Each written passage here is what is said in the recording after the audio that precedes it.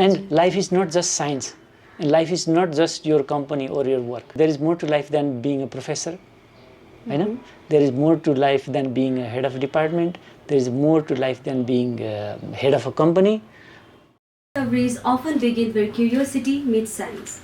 Ramro, आजको conversation will be exploring the fascinating world where innovation, immunology and entrepreneurship come together.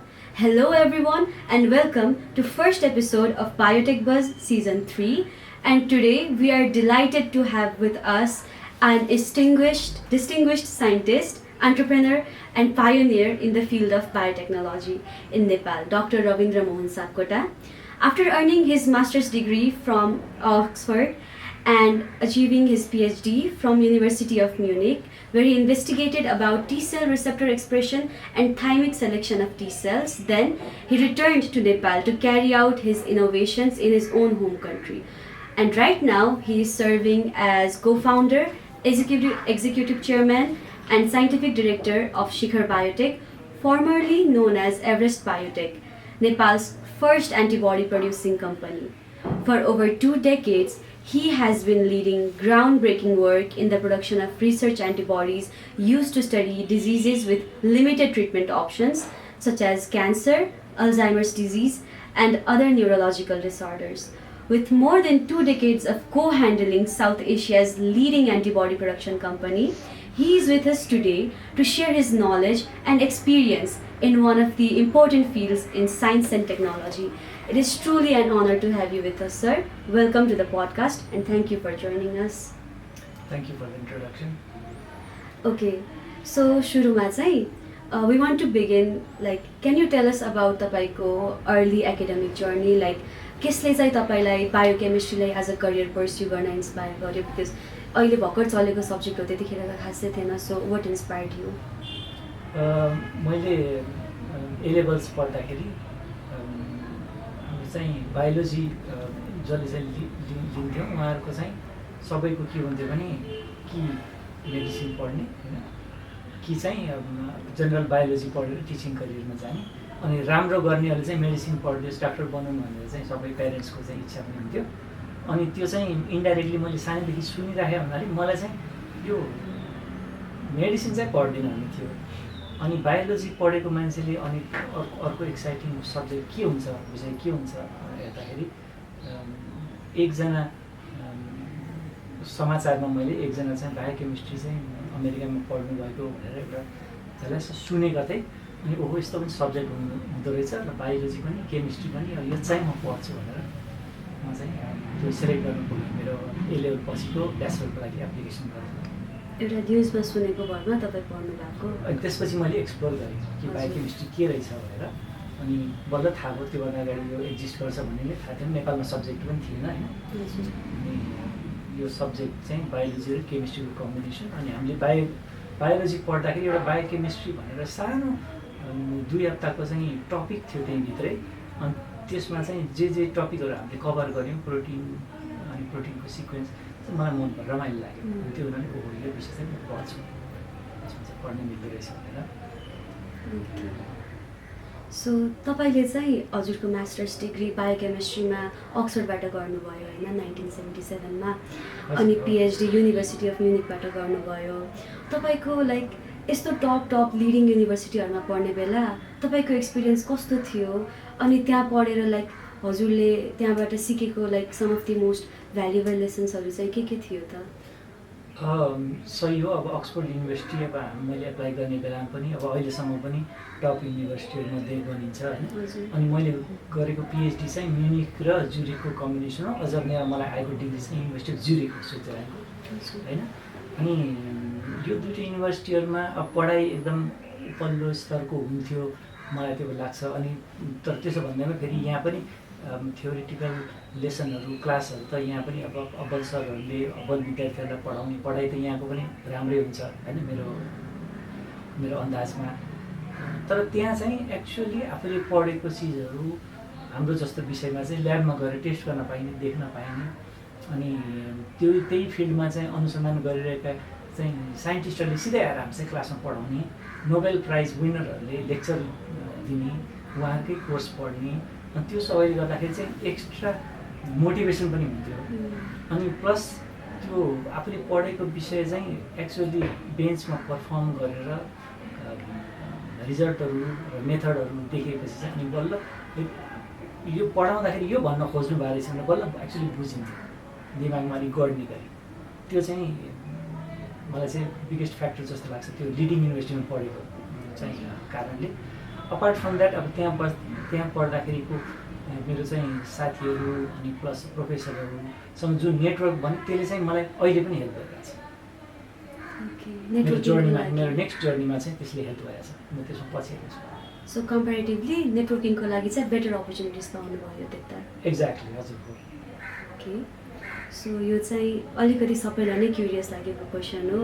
So धेरै रिसर्चर्सहरूले चाहिँ अब बाहिर यतिको करियर बिल्ड गरिसकेपछि लाइक अझ हजुर जतिको एकाडेमिक ब्याकग्राउन्ड यस्तो भास्ट भइसकेपछि युजुअली आफ्नो होम कन्ट्री त फर्किँदैन नि त, त्यतै नै पर्स्यु गर्छ आफ्नो त्यसपछिको करियर। अनि तपाईँलाई स्योरली त्यतै बेटर अपर्च्युनिटिजहरू अफर पनि आएको थियो होला, तर तपाईँलाई नेपाल फर्किन चाहिँ कसले इन्सपायर गर्यो त? Why did you return? यो master and bachelor and master course अक्सफोर्डमा सकाउने बेलामा चाहिँ म अलिकति सानै पनि थिएँ। अनि त्यो बेला यस्तो थियो कि अब परिवारको अब एक्लो छोरा त फर्किनुपर्छ भन्ने एउटा चाहिँ सोसियल प्रेसर पनि थियो।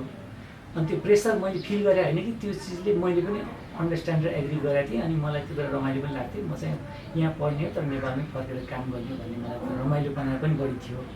त्यो हुनाले मैले चाहिँ कुनै अपर्च्युनिटीहरू एक्सप्लोर चाहिँ गरिनँ त्यो बेलामा।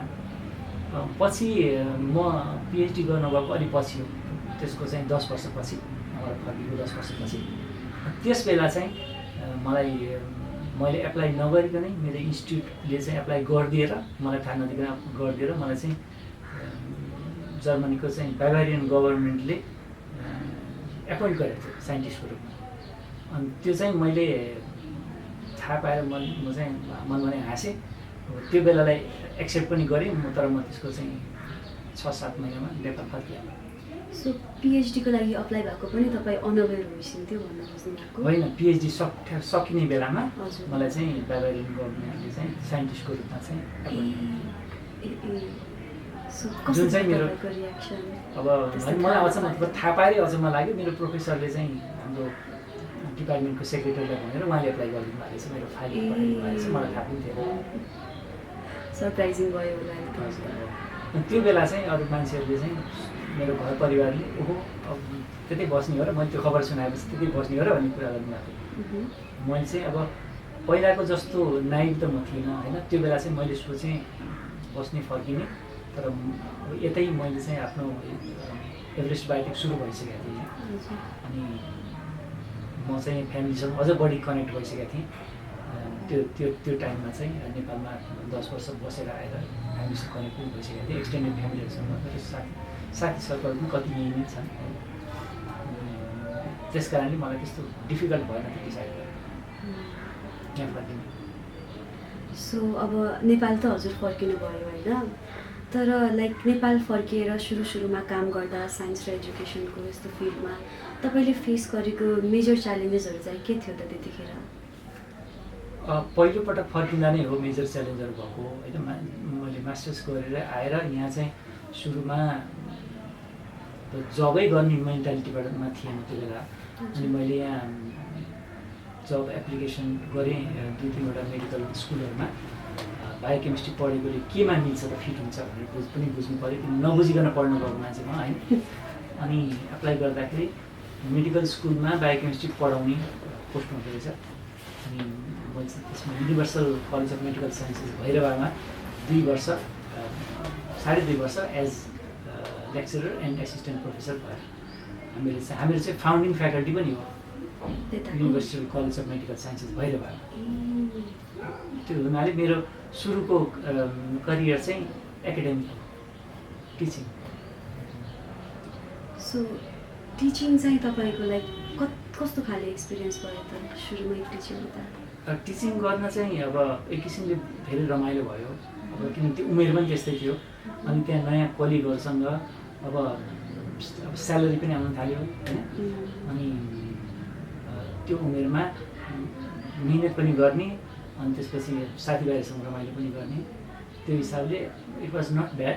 तर त्यो बिस्तारै मलाई चाहिँ अलि रुटिन हुन थाल्यो। सेम कोर्स पढाइराख्ने, अब एभ्री इयर एकपटक पढेपछि लगभग त्यही कोर्स पढाइराख्ने, अनि रिसर्चको कुनै कम्पोनेन्ट नभएको हुनाले अलिकति बोरिङ लाग्न थाल्यो। त्यसपछि मोनोटोनस बढी भयो। मोनोटोनस। सो पछि पनि इफ तपाईँलाई लाइक रिसर्चहरू तपाईँको सबै भयो, सबै तपाईँको कोर्स भयो भने would you go back to academics? एकाडेमिक्समा अब यति बेला जान्छु कि जान्न भन्न त सकिन्न, तर काठमाडौँ युनिभर्सिटी र त्रिभुवन युनिभर्सिटीले मलाई चाहिँ एक दुईपटक बोलाउनु भएको छ, ल यो कोर्स सरले पढाइदिनै पऱ्यो भनेर। त्यस्तो बेलामा अप्ठ्यारो पऱ्यो भन्ने बुझेर चाहिँ म गएर कोर्सहरू केयुमा पनि टियुमा पनि एक दुई सेमिस्टर मैले पढाएको छु। त्यस्तो कुनै आउनु पनि सक्छ फेरि। ओके, सो अब हजुरले बाहिर पनि त्यति काम गर्नुभयो होइन, सो नेपालको रिसर्च इन्भाइरोमेन्ट र बाहिरको रिसर्च इन्भाइरोमेन्टमा चाहिँ तपाईँले के को फरक देख्नुभयो त त्यतिखेर र अहिले तपाईँ फर्केको बेलाको र अहिलेको डिफ्रेन्सेस पनि? म सुरुमा फर्स्ट टाइम जाँदाखेरि उहाँ चाहिँ अब लगभग अहिलेकै लेभलको चाहिँ रिसर्च हुन्थ्यो, अहिलेकै लेभलको स्रोत अनुसारको रिसर्च हुन्थ्यो, टपिकहरू फरक थियो होला, मेथडहरू फरक थियो होला होइन। अब त्यस्तै खालको चाहिँ ल्याबहरू थिए। उहाँको साइन्टिस्टहरू चाहिँ रिसर्च इन्भाइरोमेन्टले ओभरअलमा चाहिँ खुसी, ह्याप्पी, सेटिस्फाइड देख्थेँ मैले होइन, प्रोफेसरहरू। त्यो बेला चाहिँ नेपालमा चाहिँ रिसर्च होइन, प्रोफेसरको काम चाहिँ टिचिङ देख्थेँ मैले मोस्टली। अनि रिसर्च अत्यन्त कम थियो, धेरै सीमित स्रोत थियो। अनि त्यो हिसाबले त्यो बेला चाहिँ अक्सफोर्ड अथवा वेस्टर्न वर्ल्डको रिसर्च र यहाँको रिसर्चमा चाहिँ आकाश जमिनको फरक जस्तो लाग्थ्यो मलाई। अब अहिले अब आफ्टर 2 डिकेड्स अहिले चाहिँ मलाई त्यति साह्रो लाग्दैन। त्यहाँ चाहिँ अब इन्फ्रास्ट्रक्चर लगभग उस्तै छ, अनि उहाँहरूले गर्ने क्वेसनहरू चाहिँ अब फरक हुँदै गयो, नयाँ नयाँ चाहिँ टपिकहरू आए, अब चेन्ज धेरै भयो त्यो किसिमको। तर यहाँ चाहिँ के भयो भने इन्फ्रास्ट्रक्चर अलिकति बढ्यो, अनि यहाँ रिसर्चको कल्चर पनि धेरै डेभलप हो। अनि अहिले चाहिँ catching up is going on. त्यो हुनाले अब पहिला जस्तो आकाश जमिनको फरक छैन। अहिले यहाँ पनि हाई क्वालिटी रिसर्च चाहिँ हाम्रो यहाँ सरहरूले, म्याडमहरूले, स्टुडेन्टहरूले पनि कतिपय केसमा गरिराख्नु भएको छ। सो अहिले नेपालमा जुन रेटमा रिसर्चको लाइक फेसिलिटिजहरू बढ्ने, रिसर्च इन्भाइरोमेन्टहरू बढ्ने भइरहेको छ नि, त्यो पेस पनि बढिरहेको छ कि त्यो पेस चाहिँ कन्सटेन्टली नै उही नै देख्नुभएको छ तपाईँले? अब रिसर्चको पेस चाहिँ अलिकता बढेको छ। साइन्समा फोकस हाम्रो गभर्मेन्टले पनि गर्दैछ, नयाँ नयाँ ग्रान्टहरू दिने, अनि ग्रान्टको साइजहरू बढ्ने। अब पहिला चाहिँ साइन्टिफिक रिसर्च गर्नलाई चाहिँ 20-50 हजार रुपियाँ चाहिँ दिए जस्तो गर्ने मात्रै चाहिँ प्रवृत्ति देखिन्थ्यो भने अब अहिले करोडहरूका ग्रान्टहरू आउन थालेका छन्। अनि एउटा सब्जेक्ट र अर्को सब्जेक्ट, एउटा डिपार्टमेन्ट र अर्को डिपार्टमेन्ट, एउटा युनिभर्सिटी र अर्को युनिभर्सिटीको बिचमा कोलाबोरेटिभ रिसर्च पनि हुन थालेको छ। अनि त्यस्तो कोलाबोरेसनलाई चाहिँ ग्रान्ट दिन चाहिँ इन्ट्रेस्ट बढी गर्नुभएको छ हाम्रो एजेन्सीहरूले, ग्रान्ट दिने एजेन्सीहरूले। अनि I think is going in the right direction, is increasing. So better भइरहेको छ। बेटर भइरहेको छ। ओके, सो शिखर बायोटेक, फर्मरली नोन एज एभरेस्ट बायोटेक चाहिँ नेपालको पहिलो एन्टिबडी प्रोडक्सन कम्पनी हो है। अनि तपाईँलाई चाहिँ यो खोल्न चाहिँ कसरी इन्सपायर हुनुभयो यसमा चाहिँ, like what inspired you to establish this pioneer venture? Right, म अघि भने जस्तै भैरवा मेडिकल कलेजमा पढाउँथेँ। अनि मेरो चाहिँ सँगै पढ्ने युकेमा चाहिँ मेरो क्लासमेट स्पोर्टको कलेजमा हामी सँगै थियौँ, बेस्ट फ्रेन्ड भनौँ न। ऊ चाहिँ पिएचडी गर्दै थियो, उहाँ पिएचडी गर्दै हुनुहुन्थ्यो है अक्सफोर्डमै एउटा प्रोफेसरसँग। अनि हाम्रो बेला बेलामा इमेलबाट, त्यो बेला इमेल भर्खर चाहिँ कम्युनिकेसन मिन्स भइरहेको थियो, हामी इमेलबाट कुराकानी गर्थ्यौँ। अनि उसले के भइरहेछ त्यहाँ हालखबर, के छ प्रोब्लम सोध्थ्यो। मैले सोद्धाखेरि चाहिँ उताको बारेमा सोद्धाखेरि उसले के भन्थ्यो भने यो हाई क्वालिटी एन्टिबडी नभएर यहाँ रिसर्च पनि एकदम स्लो भइरहेछ, मलाई एकदम गाह्रो भइरहेछ, डेटा निकाल्नु त कहिले भन्ने जस्तो कुरा गर्थ्यो। अनि मैले भन्थेँ अनि हाई क्वालिटी एन्टिबडी किन छैन भन्दाखेरि यो कम्पनीले बनाउनु त बनाउँछन्, राम्रोसँग टेस्ट पनि गर्दैनन्, फेरि 1-2वटा कम्पनीको मात्रै छ, चोइस पनि छैन, अर्को कम्पनीमा जाउँ भने भनेर चाहिँ उसले भनेपछि ओहो ल यो एन्टिबडी त अनि के तिमी आफै बनाऊ नि त भनेर मैले भनेँ। अनि उसले चाहिँ होइन म आफै त होइन तर मिलेर त बनाउन सकिन्छ भन्ने कुरा। अनि त्यो भएपछि त्यो आइडियाले चाहिँ उसलाई पनि स्ट्राइक गर्यो। अनि उसले आफ्नो प्रोफेसरसँग कुरा गरिसकेपछि ऊ ल एन्टिबडीहरू चाहिँ अब एनिमलमा बनाउने हो, गोठमा बनाउनु मिल्छ भन्ने कुरा आयो। ल टिम बन्यो भने त बनाउँ त भनेर चाहिँ कुरा अगाडि बढ्यो। अनि यहाँ नेपालमा चाहिँ पोसिबल छ, कस्ट कम छ, लेबर कस्ट कम छ, गोठहरू छँदैछन् एन्टिबडी बनाउनलाई। ल बनाउने हो बनाऊ। म पनि यहाँ मेरो यो जागिर भन्दा I am interested in trying new venture, trying our own entrepreneurship भनेर कुरा गरेपछि यो टिम बन्यो। अनि हामीले चाहिँ भेन्चर क्यापिटल, नेपालमा त त्यो चलन थिएन, अरूले लगानी गर्ने, अर्काको आइडियामा अरूले लगानी गर्ने चलन थिएन। अब हामीसँग पनि पुँजी आफै थिएन। अनि एउटा चाहिँ बेलायती लगानीकर्ता हुनुहुँदो रहेछ, उहाँलाई फेरि नेपाल असाध्यै मनपर्ने, यहाँ चाहिँ ट्रेकिङमा आउनुभएको, यहाँको मान्छेहरूको आतिथ्यले एकदम खुसी हुनुभयो, माया गर्ने नेपाललाई विशेष।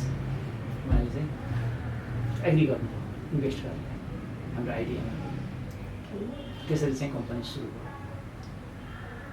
सो कम्पनी तपाईँले खोल्नुभयो होइन? कम्पनी खोलिसकेपछि त नेपालको लागि त्यो त एकदमै नयाँ थियो नि त।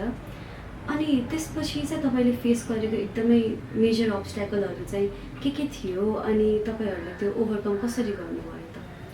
राइट। अब त्यस्तो अब्स्टेकलहरू यहाँ हाम्रो नेपाल रिलेटेड पनि थिए, हामी आफै रिलेटेड पनि थिए होइन।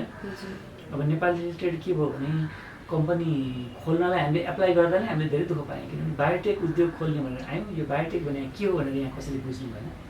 हामी कम्पनी रेजिस्ट्रार कार्यालयमा पनि धेरै टाइम लाग्यो, उद्योग विभागमा पनि धेरै टाइम लाग्यो अनुमतिहरू पाउन। अनि त्यसमाथि विशेष हामीसँग पैसा त थिएन, हामीले एकजना लगानीकर्ता खोज्यौँ, हामीले भनिसक्यौँ। अब बाहिरको लगानी ल्याउने भनेपछि अझै धेरै तगाराहरू थिए होइन। अनि हामीहरूले चाहिँ बुझाउँदा अनि मेरो जुन विदेशी ब्रिटिस साथी हुनुहुन्थ्यो, उहाँ पनि आएर हामी दिनदिनै जसो धाउँथ्यौँ यो उद्योग विभाग र कम्पनी रेजिस्ट्रार कार्यालयका यो फाइल अगाडि बढ्नु पऱ्यो। अनि नबुझिकन उहाँहरू पनि सही गर्न तयार हुनुहुन्थ्यो। उहाँहरूलाई पनि म 100% दोष दिन चाहन्न। उहाँहरूको ब्याकग्राउन्ड चाहिँ साइन्टिफिक नभए हुनाले बुझ्नु गाह्रो थियो उहाँहरूलाई, हामीले के गर्न खोज्यौँ भनेर। अनि तर त्यति हुँदाहुँदै पनि एउटा चाहिँ लगानी बोर्ड भन्ने थियो त्यो बेला।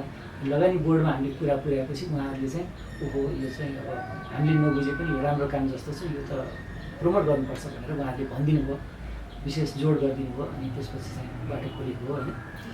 अनि अरू चाहिँ टेक्निकल प्रब्लमहरू कस्ता थिए भने हामीलाई बायोटेक चाहिँ कम्पनीको काम गर्नलाई हामीलाई कोल्ड चेनमा सामानहरू मगाउनु पर्थ्यो बाहिरबाट। यहाँ चाहिँ अब रिएजेन्टहरू यहाँ केही पनि उपलब्ध नहुने होइन, इक्विपमेन्टहरू केही पनि यहाँ थिएनन्।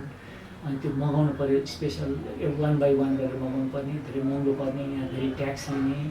अनि चिसो सामानलाई भन्सारले चाहिँ टाइममा नछुटाइदिने, यो सामान के हो हामी बुझ्दै बुझ्नु, यो त छोड्न मिल्दैन भनेर उहाँले रोकेर पनि हाम्रो कति सामान बिग्रिएको छ इतिहास छ। हामी आफ्नो चाहिँ कम्पनीमा काम गरेर हुन्थ्यौँ, हाम्रो भन्सार एजेन्टले चाहिँ सामान छुटाउन नसकेर सर यहाँ त आफै आउनुपर्ने हो, उहाँ सरले बुझ्दै बुझ्नु भएन, बोलाउनुहुन्थ्यो, हामी दौडेर जानु पर्थ्यो। अब भयो गरिरहेको काम छोडेर दौडेर जानु पर्थ्यो, नत्र सामान बिग्रिने डर। अब हामी नगएछौँ, उहाँहरूले नछोडिदिने होइन। त्यस्तो खालको यो एक्सटर्नल नेपाल रिलेटेड मात्र यो यस्तो प्रब्लम जुन चाहिँ बाहिरको यो वेस्टर्न वर्ल्डको कम्पनीहरू त फेस गर्नै पर्दैन। उनीहरूले त सोच्दा पनि सोच्नुहुन्न यस्तो कुराको बारेमा होइन। त्यो खालको भयो। तर अब हाम्रो आफ्नै आन्तरिक कमजोरी पनि थिए, हामीहरू नयाँ थियौँ, हाम्रो फर्स्ट उद्योग थियो, फर्स्ट एन्टरप्राइज थियो। त्यसको क्वालिटीहरू मेन्टेन गर्ने कुरामा, कति प्रोसिजरका कुराहरूमा हामी चाहिँ हो यति गरेर चलिहाल्दा पनि भन्यो होला। अनि त्यसले गर्दाखेरि कहिलेकाहीँ क्वालिटी इस्युहरू पनि देखियो। अनि ओहो हामीले त सिरियस प्रब्लममा पनि पऱ्यो कि जस्तो पनि लागेको थियो। तर हामीले चाहिँ त्यो बेला चाहिँ दिनको 16-17 घन्टा 18 घन्टासम्म पनि काम गरेर त्यो बिग्रेको प्रोसिजरहरूलाई सुधारेर अनि हाम्रो रनआउट भइसकेको क्यापिटल हामीलाई जसले लगानी गर्नुभएको थियो उहाँलाई पनि अब हामीले त्यो सिचुएसन चाहिँ राम्रोसँग बुझाएर ल अझै अलिकता क्यापिटल थप्यो भने चाहिँ यसलाई चाहिँ फेरि ल्याउन सकिन्छ भनेर उहाँलाई कन्भिन्स गरेर हाम्रो प्लान देखाएर अनि उहाँले चाहिँ अलिकति थोरै थपिदिनु भयो। त्यसले चाहिँ उब्रियो हो, नत्र बुझ्नु पनि सक्दैन। त्यस्तो खालका हर्डलहरू फेस गर्नु big thanks to that investor. हो एकदम उहाँप्रति हामीले धेरै नै आभारी छौँ। सो सो तपाईँले अघि भनेअनुसार बायोटेक अनअवेर भएको मान्छेहरू चाहिँ एकदमै धेरै भेट्नुभयो, कम्पनी दर्ता गर्दा यताउता गर्दा भनेर भन्नुभयो तपाईँले। सो उहाँहरूलाई चाहिँ तपाईँले कसरी एक्सप्लेन गर्नुहुन्थ्यो त बायोटेक्नोलोजीको कन्सेप्ट? त्यो अब मान्छे पछि फरक हुन्थ्यो। कोही कोहीले अब अलि सर्टेन कुराहरू बताएपछि अलिअलि बुझ्नुहुन्थ्यो, कोही कोहीले चाहिँ अब बुझेँ भन्नुहुन्थ्यो, किनभने उहाँलाई धेरै बेर सम्झाएपछि पनि बुझिनु भन्दा अप्ठ्यारो लाग्थ्यो होला नि, बुझेँ भन्नुहुन्थ्यो होइन। अनि त्यसपछि नेक्स्ट टाइम उहाँसँग ल हुन्छ तपाईँको काम उहाँसँग गर्ने जाने बेलामा चाहिँ उहाँले हामी आउने थाहा भयो भने छुट्टी बाहिर गएको बाहना गर्ने, खाजा खान गएको बाहना गर्ने गरेर उहाँहरूलाई चाहिँ डिसाइड गर्न गाह्रो हुने कारणले गर्दाखेरि होला। अनि त्यस्तो पनि गर्नुहुन्थ्यो कसैले। अब फरक फरक तरिका लगाउनु पर्थ्यो। अब कहिलेकाहीँ चाहिँ एकदम हाइली मोटिभेटेड अनि यो लगानी सम्बन्धी काम गर्ने एकजना कर्मचारी सर भन्ने हुनुहुन्थ्यो यो चाहिँ उद्योग विभागमा। उहाँ चाहिँ एकदम यसमा चाहिँ लाग्नुभएको थियो, यो चिजहरू अगाडि लैजानुपर्छ भनेर। उहाँले चाहिँ नबुझे पनि आफू मैले बुझ्दिनँ यो, तर इट साउन्ड्स गुड भनेर भए पनि हामीले चाहिँ हेल्प गरिदिनु भएको थियो। त्यसरी पनि भयो, यो बुझाएर मात्रै भन्दा पनि। सो अब हाम्रो यहाँको लिसनर्सहरू त सबै साइन्टिफिक ब्याकग्राउन्डबाट त हुनुहुँदैन नि त, अनि तपाईँले चाहिँ can you briefly explain antibodies भनेको चाहिँ के हो, अनि बायोमेडिकल रिसर्चमा तिनीहरू किन त्यति इम्पोर्टेन्ट हुन्छ, अनि तिनीहरूले चाहिँ साइन्टिफिक डिस्कभरीहरूमा कसरी कन्ट्रिब्युट गर्छ भनेर? राइट। अब हाम्रो शरीरमा कुनै बाहिरको चाहिँ कीटाणु अथवा हाम्रो शरीरमा भएका केमिकलहरू, फरेन केमिकल, फरेन प्रोटिनहरू चाहिँ यदि हाम्रो ब्लड स्ट्रिममा इन्टर गऱ्यो भने त्यसले त हानि गर्ने सम्भावना हुन्छ। त्यसलाई चाहिँ चिनेर त्यसलाई निस्तेज पार्नु पर्यो। पहिला त यो हाम्रो केमिकल होइन, हाम्रो प्रोटिन होइन, यो कुनै भाइरल प्रोटिन हो, ब्याक्टेरियल प्रोटिन हो भनेर त्यसलाई चिन्नु पर्यो। अनि दोस्रो स्टेजमा चिनेर निस्तेज गर्नु पर्यो, त्यसलाई एट्याक गर्नु पर्यो, त्यसलाई चाहिँ ब्रेकडाउन गर्नु पर्यो होइन, हटाउनु पर्यो कुनै तरिकाबाट। त्यो चिन्ने काममा चाहिँ कसरी चिन्ने त, किनभने हजारौँ लाखौँ फरक खालका चाहिँ केमिकल, बायोकेमिकल अथवा मोलिक्युलहरू हुनसक्छन्। त्यो चिन्नलाई चाहिँ अब लक एन्ड की भने जस्तै हरेक चाबी चाहिँ हरेक फरक त्यसको युनिक तालचाले खुले जस्तै गरी एउटा प्रोटिन बायोमोलिक्युललाई चिन्नलाई ठ्याक्कै त्यसैसँग स्ट्रक्चर मिल्ने एन्टिबडी चाहिन्छ होइन। अनि त्यसले गर्दाखेरि चाहिँ अब हामीले जस्तै एउटा रोगको खोप लगायौँ भने त्यसलाई हामीले अर्को रोगबाट बचाउँदैन नि, किनभने त्यो जुन रोगको हामी खोप लगाउँछौँ त्यही कीटाणुलाई चिन्ने एन्टिबडी हाम्रो शरीरले बनाउँछ। त्यो लक एन्ड की जस्तै गरी हो। यो एन्टिबडीको काम त्यस्तो लक एन्ड कीको रूपमा त्यो बायोमोलिक्युललाई रेकगनाइज गर्ने, ट्याक्क चिन्ने है। अनि यो चिन्ने काम चाहिँ बायोमेडिकल रिसर्चमा किन काम लाग्छ भने हाम्रो शरीर त 50,000 हजार अथवा 1 लाख कतिवटा डिफ्रेन्ट प्रोटिनहरूले बनेको छ। त्यो फरक फरक प्रोटिनको चाहिँ फरक फरक रोल छ। कुनै प्रोटिनको डाइजेसनमा रोल छ, कुनै प्रोटिनको चाहिँ सिग्नल पास गर्नमा रोल छ होइन, कुनै प्रोटिनको चाहिँ स्ट्रक्चरमा रोल छ, हाम्रो स्किन बनिराखेको हुन्छ, हाम्रो मसलहरू बनिराखेको हुन्छ होइन, त्यो बनाउने रोल छ। त्यो फरक फरक प्रोटिनको के रोल छ त्यो सबै स्टडी गरेपछि बल्ल हामीले हेल्थ र डिजिजमा कसरी चेन्ज आउँछ थाहा पाउन सक्छौँ। भनेपछि औषधि विज्ञानभन्दा पहिलो चाहिँ बायोमेडिकल रिसर्चमा चाहिँ प्रोटिनहरूको चाहिँ फङ्सन, यिनीहरूको स्ट्रक्चर अनि यिनीहरूको चाहिँ विभिन्न रोगहरूमा हुने चेन्ज त्यो स्टडी गर्नुपर्छ। त्यो स्टडी गर्नलाई हरेक इन्डिभिजुअल प्रोटिनलाई स्टडी गर्नलाई त्यही प्रोटिनलाई चिन्ने एन्टिबडी जरुरत पर्छ। त्यो प्रोटिन त्यहाँ छ कि छैन भनेर हेर्नलाई त्यसलाई चिन्ने एन्टिबडी युज गरेपछि मात्रै थाहा हुन्छ। त्यस कारणले बायोमेडिकल रिसर्चमा एन्टिबडीको चाहिँ त्यो रेकग्नाइजिङ गर्ने रोल छ। अनि त्यो रेकग्नाइजिङ गर्ने रोलले गर्दाखेरि कुन रोगमा कुन प्रोटिन बढ्दो रहेछ, कुन प्रोटिन घट्दो रहेछ भन्ने पत्ता लाग्छ। अनि कुनै प्रोटिन बढेरै त्यो रोग हुने हो, त्यही क्यान्सर हुने हो भने त त्यही प्रोटिनलाई रोक्ने मेथड पत्ता लगायो भने त्यसको उपचार निस्किने भयो। त्यसरी protein to discovery of the mechanism of the disease भयो। अनि त्यसपछि हाउ टु ट्रिट इट अनि नेक्स्ट स्टेप जान्छ। त्यसरी बायोमेडिकल रिसर्चमा प्रोटिनले चाहिँ रिजल्ट ल्याउन मद्दत गर्छ। ओके, सो कसरी अलिकता कम्प्लिकेटेड चाहिँ छ यो, किनभने यो बताउनु गाह्रै छ। इभन तपाईँले नै भन्ने बेला मलाई नै भर्खरै बुझिरहेको जस्तो भइरहेछ आफै। ओके, सो एन्टिबडी टेक्नोलोजी चाहिँ पछिल्लो वर्षहरूमा कतिको इभल्भ भइरहेछ, कसरी इभल्भ भइरहेछ, अनि तपाईँलाई चाहिँ एक्साइटिङ लाग्ने डेभलपमेन्ट्सहरू चाहिँ के चाहिँ तपाईँले देख्न सक्नुहुन्छ त अब आउने फ्युचरमा यसमा? अब एन्टिबडी हामीले जस्ट कम्पनी सुरु गर्ने बेलामा त मैले भने राम्रो क्वालिटीको एन्टिबडीहरू नै थिएन मार्केटमा होइन। अनि हामीहरूले सुरु गरेपछि हामी सँगसँगै अरू पनि 5-7वटा एन्टिबडी कम्पनीहरू पनि सुरु भए। एन्टिबडी बनाउने मात्रै होइन, त्यसलाई राम्रोसँग त्यो प्रोटिनलाई चिन्छ कि चिन्दैन टेस्ट गरेर त्यो टेस्ट रिजल्टहरू पब्लिस गरेर बल्ल मार्केटमा जाने खालको डेभलपमेन्ट भयो फर्स्टमा होइन। प्लस अनि हामीहरूले त्यो बेला बनाएको चाहिँ पोलिक्लोनल एन्टिबडीहरू बनाउँथ्यौँ हामी।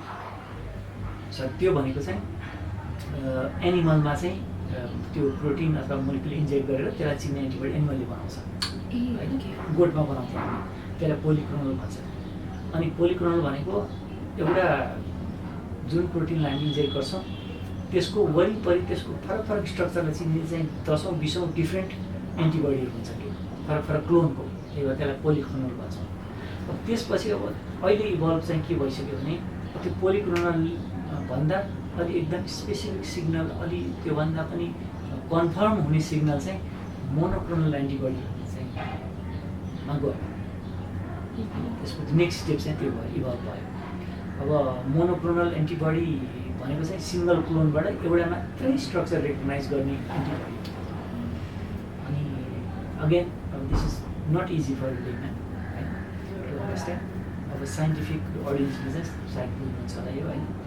अनि एउटा डेभलपमेन्ट मोनोक्लोनलमा गयो, अनि मोनोक्लोनल पनि गर्दा गर्दा अब नेक्स्ट चाहिँ इन्जिनियर्ड एन्टिबडी, यो चाहिँ लास्ट 10 इयर्स अगाडिदेखि चाहिँ इन्जिनियर्ड एन्टिबडी सुरु भयो। त्यो एन्टिबडीको जुन जेनेटिक सिक्वेन्स हो त्यो सिक्वेन्स पत्ता लगाएर त्यो सिक्वेन्सलाई चाहिँ मोडिफाई गरेर जस्तो चाहिन्छ त्यस्तो एन्टिबडी बनाउने एन्टिबडी इन्जिनियरिङमा गयो होइन। अब एन्टिबडी इन्जिनियरिङ पछि अब अहिले जस्ट नाउ के आइरहेछ र अब नेक्स्ट 10 इयर्सलाई म त्यता जाने देख्छु भने एन्टिबडीले मात्रै होइन, एन्टिबडीमा चाहिँ डिएनए पनि जोड्यो भने त्यो एन्टिबडीले चाहिँ रेकगनाइज गर्छ। अन्त त्यो सिग्नल चाहिँ एम्प्लिफाई गर्न चाहिँ डिएनएबाट पिसिआर मेथडबाट एम्प्लिफिकेसन हुन्छ, एम्प्लिफाई गर्न सजिलो हुन्छ सिग्नल, त्यो हेर्ने सिग्नल त्यो देख्नु पऱ्यो नि सिग्नल। प्रोटिनले चाहिँ प्रोटिनलाई चाहिँ एन्टिबडीले चिन्यो, तर चिन्यो भने हेर्ने त सिग्नलबाट हो। त्यो त एउटा इन्डिभिजुअल प्रोटिन त हामी देख्दैनौँ, एन्टिबडी देख्दैनौँ, त्यो सिग्नललाई एम्प्लिफाई गर्न चाहिँ त्यसमा चाहिँ जोडिएको डिएनए एक्ज्याक्टली। अब प्रोटिन डिएनए चाहिँ अब नेक्स्ट टेक्नोलोजी जस्तो लाग्छ मलाई यो फिल्डमा चाहिँ। यसमा काम भइरहेको छ कि काम भइरहेको छ। यो कम्पनीहरू फर्म भइसके 5-7वटा कम्पनीहरू छन् यो सेक्टरमा। उनीहरूसँग पनि हामीहरू अब मिलेर काम गर्ने चाहिँ सोचमा छौँ। हामीसँग एप्रोच पनि भएको छ, कनेक्सन पनि छ होइन। अब उहाँहरूसँग पनि हामी मिलेर काम गर्छौँ यो नयाँ टेक्नोलोजीलाई भ्यालिडेसन गर्न अनि कन्ट्रिब्युट गर्न हामीले पनि मौका पाउँछ, सबैले पाउँछ। सो यो ओभरअली नै एकदमै नयाँ कन्सेप्टै आएको। हजुर, नयाँ कन्सेप्ट। सो हजुर त पछिल्लो 20 वर्षदेखि नै काम गरिरहेको छ नि त बायोटेक फिल्डमा। अनि नेपालमा चाहिँ बायोटेक्नोलोजीको रिसर्च चाहिँ कसरी चेन्ज भइरहेछ त? नेपालमा मैले भने सुरुमा आउँदाखेरि चाहिँ बायोटेक्नोलोजिकल भन्दा पनि मेडिकल रिसर्च हुन्थ्यो एउटा। मेडिकल चाहिँ पेसेन्टहरूको स्याम्पल हेरेर त्यसमा चाहिँ फरक चाहिँ चिजहरू फरक चाहिँ कन्डिसन भएको पेसेन्ट स्याम्पलमा के चेन्ज देखिँदो रहेछ जनरल पपुलेसन कम्पेरिटिभ स्टडी त्यस्तो हुन्थ्यो। अनि अथवा चाहिँ बायोलोजिकल स्टडी चाहिँ अलिक लिमिटेड हुन्थ्यो। अब अलिक बढी प्लान्ट बेस्ड थियो। अनि मोलिकुलर एनालाइसिस थिएन, मोलिकुलर लेभलमा चाहिँ त्यो मेकानिजमतिर जानेवाला थिएन, अब्जर्भेसनवाला बढी थियो होइन। अब अहिले चाहिँ चेन्ज हुँदै गयो। अहिले त टिसिआर बेस्ड होइन, एलाइजा बेस्ड, अनि त्यसपछि प्रोटिनहरूको स्ट्रक्चर बेस्ड यो रिसर्चहरू हुन थालेका छन्। फाइन्डिङहरू पनि इन्ट्रेस्टिङ आएका छन्।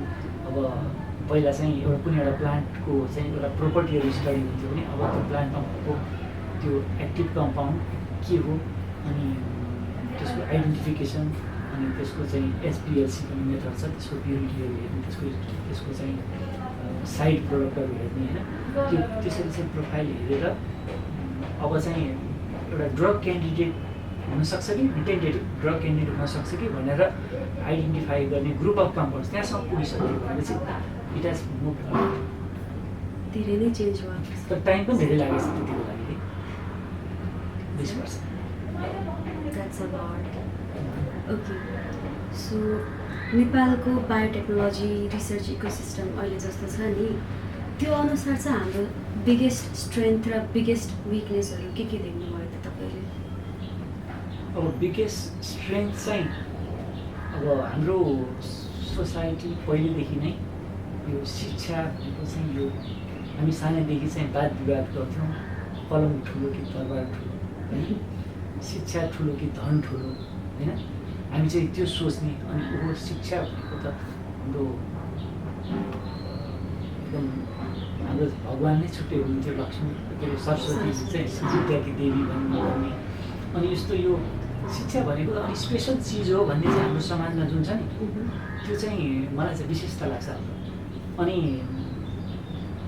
पढेर ठुलो मान्छे भइन्छ भन्ने पनि एउटा छ होइन अनि त्यो कारणले एजुकेसनतिरको हाम्रो चाहिँ अब मौका पाए पनि नपाए पनि कतिले पढ्नु मौका नपाएर नपढ्नु भएको हुन्छ तर मौका छ भने चाहिँ लगभग पढाइलाई चाहिँ ध्यान दिने पढाइलाई चाहिँ प्रायोरिटी दिने हाम्रो जुन छ त्यो चाहिँ I think that's our biggest strength त्यसले गर्दा के हुन्छ भने हाइली मोटिभेटेड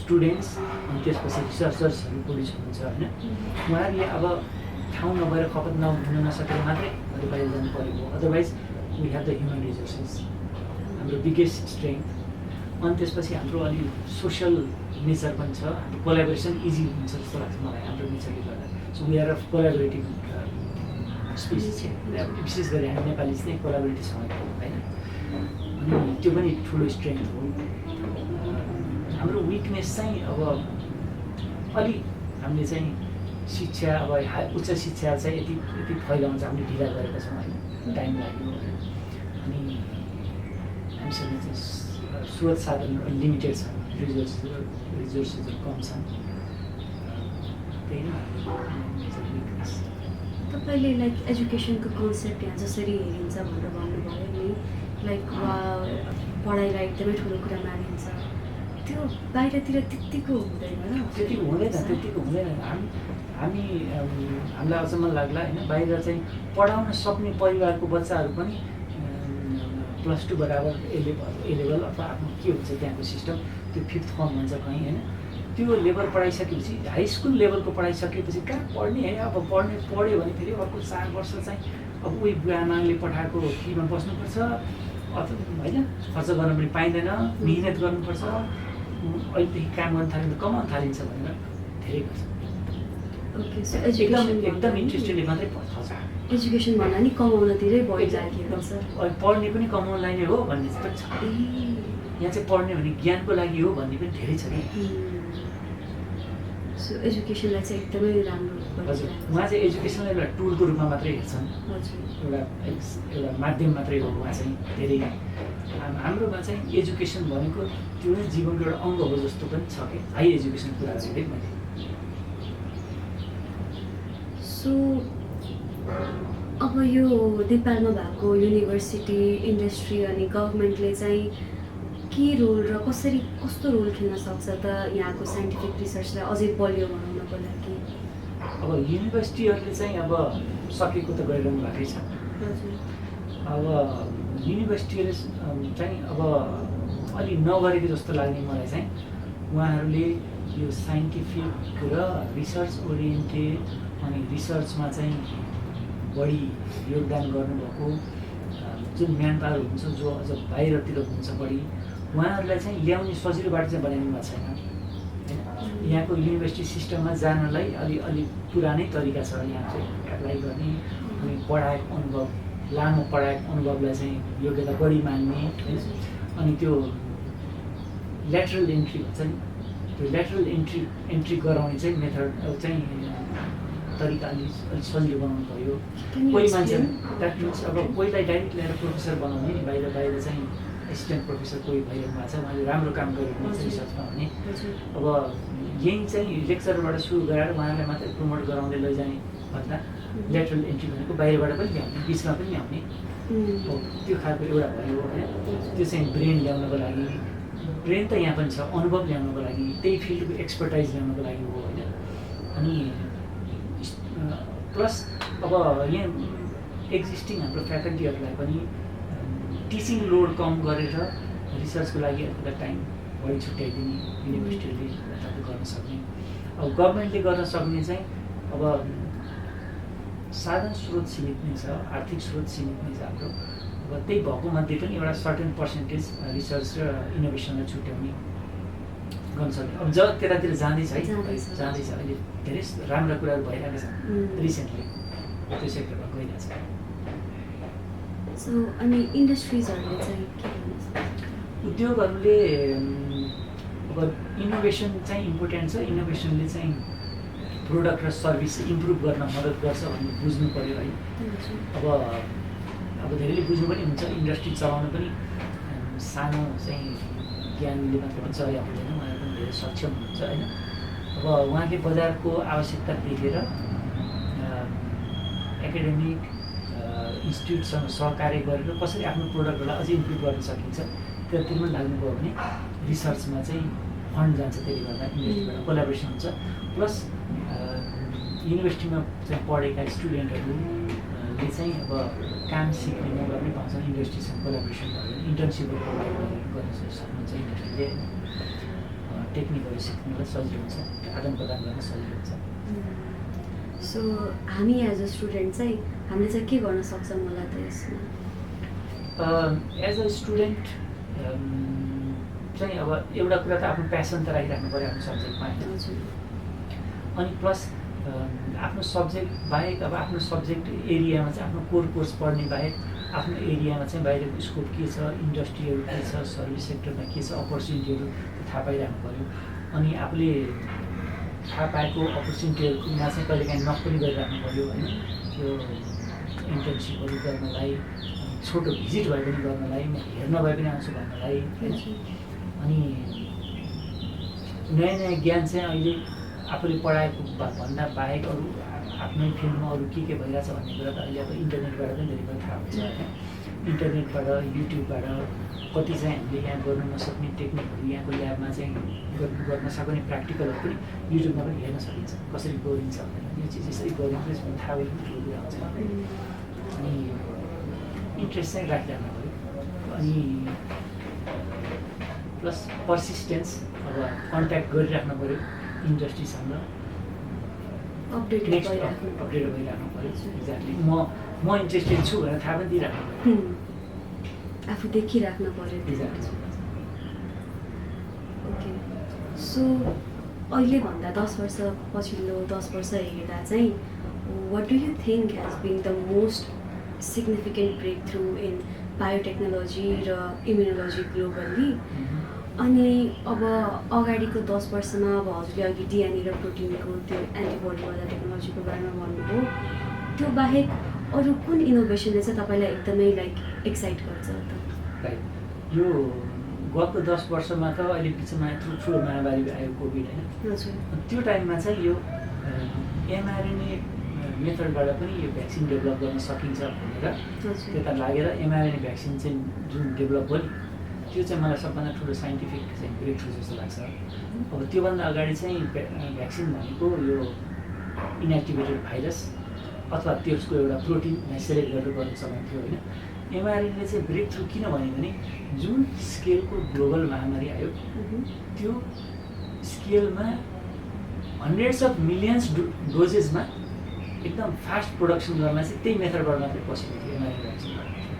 त्यो हुनाले अब अरू कम्पनीको चाहिँ एउटा नोभाभ्याक्स भन्ने कम्पनी छ, उसले चाहिँ प्रोटिन बेस्ड भ्याक्सिन बनाउँछ कोभिडको। उसको प्रोडक्सन क्यापेसिटी नै यति सानो छ कि एउटा देशलाई पनि उसले कभर गर्छ होइन। ग्लोबली आएको चाहिँ इमर्जेन्सी सल्भ गर्नलाई हेल्प गर्यो त्यो एउटा टेक्नोलोजीले। मलाई चाहिँ त्यो बिगेस्ट ब्रेक थ्रु जस्तो लाग्छ होइन। एमआरएनएको भ्याक्सिनमा गइहाल्ने mRNA technology, exactly mRNA based vaccine चाहिँ पहिला थिएन र होइन, पहिला चाहिँ थियो तर त्यसको चाहिँ एक्सपेन्सन त्यो बेला भ्यालिडेसन पनि त्यही बेला भयो। त्योभन्दा अगाडि एमआरएनए भ्याक्सिन त मान्छे त युज गरेर अहिले पनि कति मान्छे चाहिँ स्केप्टिक छन्, डराउँछन् एमआरएनए भ्याक्सिन के साइड इफेक्ट्स छ भन्छन्। कति चाहिँ साइन्समै बिलिभ नगर्नेहरू, बायोलोजीमै बिलिभ नगर्नेहरू झन् कट्टर विरोधी पनि छन् वेस्टर्न देशहरूमा पनि छ भ्याक्सिनै नलाउने भ्याक्सिन नलाउनु त्यही कारण नलाउनु किन एमआरएनए भ्याक्सिन के हो भने यसमा चाहिँ के छ भने त्यो हुनाले यो नयाँ चिजै हो त्यसरी चाहिँ त्यो स्केलमा होइन एप्लाइड भ्याक्सिनको रूपमा फर्स्ट नै हो होइन अनि अदरवाइज मैले भने त्यो हामीलाई चाहिँ कोभिडले चाहिँ के गर्छ उडाउनु होइन कोभिडको पहिलो फाइदा जस्तै भएछ एक्ज्याक्टली हो यो ठुलो ब्रेक थ्रु चाहिँ अनि अब यसपछिको नेक्स्ट चाहिँ त्यस्तो ब्रेक थ्रु होइन यो चाहिँ मोर ग्रेजुअल चाहिँ डेभलपमेन्ट होला अब चाहिँ हामीले प्रोटिन हेर्ने अनि एउटा अर्गानिजम हेर्ने एउटा भाइरसको स्टडी गर्ने यताउता भन्दा पनि अब चाहिँ होल कलेक्सन अफ अर्गानिजम्स हेर्ने होइन अब एउटा दुइटा जिन स्टडी नगरेर मल्टिपल जिन्सहरूको स्टडी गर्ने जिनोम होल प्रोटिनको चाहिँ होल कलेक्सनको के हो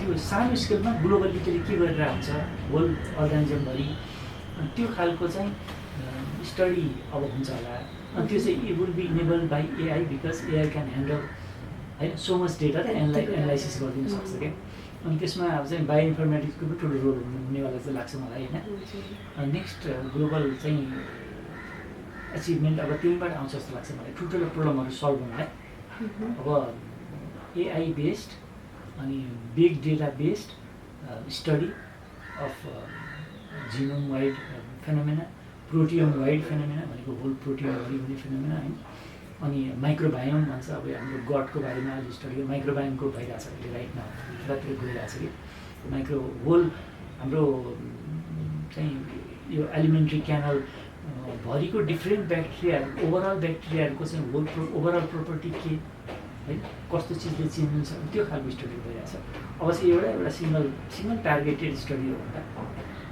एक्ज्याक्टली हो त्यतातिर गइरहेछ त्यो खालको साइन्स त्यो खालको बायो साइन्स अब यसमा चाहिँ एआई हाम्रो लागि एकदमै नै ब्लेसिङ जस्तो एक्ज्याक्टली एआईले चाहिँ किनभने यो हाम्रो दिमागले चाहिँ मात्रै गर्न सक्ने एनालाइसिसभन्दा बाहिर हुन्छ यो क्यालकुलेसन भनौँ एनालाइसिस त हामी गर्न सक्छौँ तर गर्न सक्ने यसको लागि फरक क्यालकुलेसनहरू चाहिन्छ फरक रिलेसनहरूको चाहिँ बिचमा सेन्स निकाल्नुपर्ने हुन्छ होइन समराइज गर्नुपर्ने हुन्छ अब त्यसमा चाहिँ गर्छ that's I think that is going to be next breakthrough तर predictions are mostly going to fail है त्यो त हेरि अब यो अहिले वर्ल्ड कपको पनि प्रेडिक्ट गऱ्यो भने अब it's probably going to go round college छ भनेर सो तपाईँ आफै पनि एउटा साइन्टिस्ट हो होइन अनि अब सक्सेसफुल नै हुनुहुन्छ आफ्नो फिल्डमा जतिको हुनुहुन्छ so what qualities do you believe that every successful scientist should have like उनीहरूको टेक्निकल नलेज त्यो स्किल्सहरू जुन सिक्छ त्यो बाहेक चाहिँ के क्वालिटिज चाहिन्छ त as a scientist as a scientist अब म त एन्टरप्रेनरसिपतिर गएँ अब रिसर्चतिर चाहिने सक्सेसको लागि फेरि छुट्टै क्वालिटीहरू चाहिने होला होइन चाहिने हुन्छ अब एज अ साइन्टिस्ट सक्सिड हुनलाई चाहिँ प्यासन नै हो टेक्नोलोजिकल नलेज बाहेक होइन त्यही चिज मन पर्नुपर्छ मलाई एउटा प्रोफेसरले भन्नुभएको थियो if you want to succeed in biochemistry you have to fall in love with it भन्नुभएको थियो कि त्यो मलाई अहिलेसम्म स्ट्राइक गरिरहेको छ अब बायोकेमिस्ट्रीको सम्बन्धी कुनै एउटा चाहिँ जोर्नल छ केही छ र यहाँ अगाडि टेबलमा छ भने त मलाई त उठाएर हेर्नु मन लाग्नु पऱ्यो होइन त्यति इन्ट्रेस्ट चाहिँ हुनु पऱ्यो त्यो फिल्डमा अनि प्लस अब एकदम मेटिकुलस टु डिटेल एउटा डिटेल ओरिएन्टेड हुनुपर्छ होइन अनि अर्गनाइज हुनु पऱ्यो सक्सेसफुल हुनलाई जो चाहिँ हरेक सेक्टरमा लागु हुन्छ आफूले गर्ने कामहरू आफूले प्लान गरेको माइलस्टोनहरू सबैसँग लेखेर राख्यो भने सजिलो हुन्छ त्यसलाई एचिभ गर्न सजिलो हुन्छ अनि कोलाबोरेटिभ एटिच्युड भयो एकअर्कालाई चाहिँ हेल्प गर्ने अब अरूको सक्सेसलाई पोजिटिभली हेर्ने मान्छेलाई सक्सेस छिटो आउँछ पनि भन्छन् अनि त्यो भएर एउटाले अर्का you scratch my back I scratch yours भन्छ इङ्ग्लिसमा चाहिँ त्यो हुनु पऱ्यो यो हाम्रो नेपालमा फेरि हामी त्यसको ठिक उल्टो चाहिँ खुट्टा तान्ने कुरा बढी गर्छौँ भनेपछि खुट्टा यो प्रसङ्ग बढी निकाल्छन् तर होइन हामी चाहिँ एकअर्कालाई हेल्प गर्छौँ हेल्प गर्ने हुनुपर्छ जस्तो लाग्छ सो यो साइन्टिस्टहरू चाहिँ एकदमै अनहेल्दली अब्सेस्ड भयो भने कुनै आफ्नो फिल्डबाट त्यसपछि बल्ल यो ठुलो ब्रेक थ्रु हुन्छ भनेर एउटा स्टेरियोटाइप छ नि जुन नट क्रेजी हुनपर्छ जस्तो यो नट नेसेसरी मैले देखेँ विशेष गरी पिएचडी गर्ने बेलामा पिएचडी ल्याबमा उहाँको चाहिँ साइन्टिस्टहरू हप्ताको 5 दिन चाहिँ त्यो त्यसरी चाहिँ गर्नुहुन्थ्यो आफ्नो रिसर्च अनि 2 दिन चाहिँ हाइकिङ जानुहुन्थ्यो होइन होल 2 डेज अनि हाइकिङ पनि मरेरै गर्ने जसरी साइन्समा पनि त्यस्तै मरेर हाइकिङ गर्ने वर्क हार्ड प्ले हार्ड भन्नु मलाई अलिक अचम्म लाग्थ्यो सुरुमा होइन अनि भेटघाटहरू पनि गर्नु सबै चिज गर्न भ्याउनुहुन्थ्यो उहाँहरू साइन्समा साइन्टिस्ट भनेर साइन्समा चाहिँ गर्ने हुनु हुँदैन अलराउन्डर हुनुपर्छ अनि त्यसले बल्ल कोलाबोरेटिभ अपर्च्युनिटीहरू आउँछ ओके सो ब्यालेन्स चाहिँ चाहियो ब्यालेन्स चाहियो ब्यालेन्स भएको मान्छेसँगै अर्को मान्छेले कनेक्ट गर्छ कि अरू मान्छेले अनि त्यो कनेक्सनहरूले कोलाबोरेसनहरूले साइन्सलाई अगाडि बढाइ जान्छ अनि अपर्च्युनिटीहरू पनि दिलाउँछ ओके सो त्यो स्टेरियोटाइप चाहिँ एकदमै रङ त्यो स्टेरियोटाइप हबीहरू पनि हुनुपर्छ and life is not just science life is not just your company or your work there is more to life there is more to life than being a professor होइन there is more to life than being a head of department there is more to life than being head of a company होइन अरू चिज पनि matter गर्छ नि एउटामा मात्र लागेर एक्ज्याक्टली हो obsession is never healthy so अब हाम्रो लिसनरहरू पनि यहाँ धेरै जस्तो स्टुडेन्टै हुनुहुन्छ होइन मोस्टली बायोटेकै हुनुहुन्छ अनि उहाँहरूलाई अनि लाइक हरेक काइन्ड अफ लिसनरहरू जो हुनुहुन्छ उहाँलाई सबैलाई समेटिने गरी चाहिँ what message would you like to leave अब यो बायोटेक र bioscience is a very exciting field हजुर but don't pursue it if you are not passionate about it है प्यासन छैन भने चाहिँ गाह्रो हुन्छ किनभने आफूले खोजे जस्तो हरेक स्टेपमा हुँदैन त्यो बेला चाहिँ your passion can keep you alive and passion can keep you there के इन द्याट फिल्ड त्यो फिल्डमा राखिराख्नुलाई चाहिँ त्यो चाहिँ चाहिन्छ अब खास इन्ट्रेस्ट त मलाई यो चिजमा थियो तर म यसमा नै भन्नुभयो भने चाहिँ यो फिल्डमा चाहिँ गाह्रो हुन्छ है तर प्यासन पनि लाइक अब अप्स एन्ड डाउन्स त नै हुन्छ नि त कुनै फिल्डमा लाग्दा त्यो अब लो टाइमहरूमा प्यासन पनि बर्न हुने चान्सेस छैन होला होइन प्यासन भनेको त्यो चिज त्यो यो सब्जेक्टलाई चाहिँ त्यो मन पराउने चाहिँ प्रक्रिया भनेको मैले होइन अप्स एन्ड डाउन्स त कुनै एउटा स्टेपमा हुन्छ त्यो स्टेपले गर्दाखेरि यो सब्जेक्टलाई नै मन परेन भने त्यो काम लाग्दैन होइन अब यो सब्जेक्ट चाहिँ मनपर्छ यो सिचुएसन पो मन नपरे हुन्छ त त्यो सिचुएसनलाई ओभरकम गर्ने हो सो सब्जेक्ट र सिचुएसन डिफ्रेन्ट चिज हो एक्ज्याक्टली अप्स एन्ड डाउन्स हुन्छ तर ups and downs shouldn't change your focus on the subject or at least love for your subject होइन अप्स एन्ड डाउन्स कहिलेकाहीँ चाहिँ अब डाउन्सहरू मात्रै देखेर ओ यहाँ चाहिँ मेरो यो बाटोभन्दा मैले यो अर्को बाटो ठिक छ भने पनि हुनसक्छ अब म पढाइरहेको मान्छे पढाउन छोडेर म यतातिर पनि आएँ है यु क्यान चेन्ज सो तपाईँलाई अहिलेसम्म लाइक कति भयो तपाईँले यस्तो सोच्न लाग्नुभएको सो अब नेपालमा हाम्रो नेक्स्ट जेनेरेसनमा हुन सक्ने साइन्टिस्टहरूलाई चाहिँ तपाईँले एउटा के मेसेज छोडेर जानुहुन्छ नेक्स्ट जेनेरेसनको साइन्टिस्टहरूलाई अब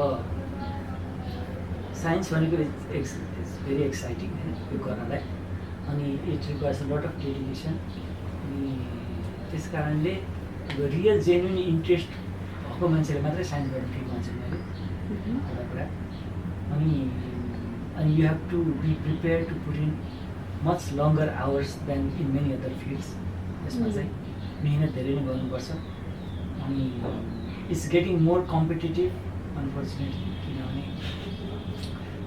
स्रोतहरू लिमिटेड हुन्छन् अनि साइन्स गर्न पुग्ने इन्ट्रेस्टहरू चाहिँ बढ्दै हुन्छ होइन त्यसले गर्दाखेरि you have to be prepare to work hard put in lot more effort अनि having a curious attitude will always help you त्यो हुनाले always try to develop or cultivate the quality of curiosity हरेक कुरामा चाहिँ यो चाहिँ के होला कसरी होला भने तपाईँले सामान्य जीवनमा पनि त्यो एप्रोच राख्नुभयो भने it will help you lot in your scientific interviews and scientific success so extra effort हाल्नु चाहिँ डराउनु भएन त्यो त डराउनु भएन हजुर त्यो त डराउनु कुरै भएन सो आजको कन्भर्सेसन चाहिँ इट रिमाइन्डेड मी अनि us everyone present in this room कि science is more than just experiment and discoveries अनि it is about curiosity resilience अनि हजुरहरूले भनेको जस्तै डिटर्मिनेसन पनि टु क्रिएट एउटा पावरफुल र मिनिङफुल चेन्ज अनि we sincerely thank you sir आज आएर तपाईँको यति धेरै एक्सपिरियन्स, यत्रो जर्नी, तपाईँको स्ट्रगल्स, भ्यालुएबल इन्साइट हामीसँग सेयर गरिदिनु भयो. To our listeners, thank you for joining us. Stay curious, keep learning, and we will see you in the next episode. Thank you. अनि मेरो तर्फबाट पनि धेरै धेरै मैले भन्न खोजेको कुराहरू हजुर भन्न पाएँ, मलाई धेरै खुसी लाग्यो. हजुर. सो हामीलाई चाहिँ आज हाम्रो काठमाडौँ युनिभर्सिटी नजिकै भएको धुलीखेलमा भएको काम्या प्लान्ट्सले चाहिँ हजुरको लागि भनेर एउटा सानो गिफ्ट पठाइदिएको छ. ओहो, गिफ्ट पनि छ. कति राम्रो प्लान्ट रहेछ. Thank you so much for joining us, sir. See you in the next episode. Stay tuned.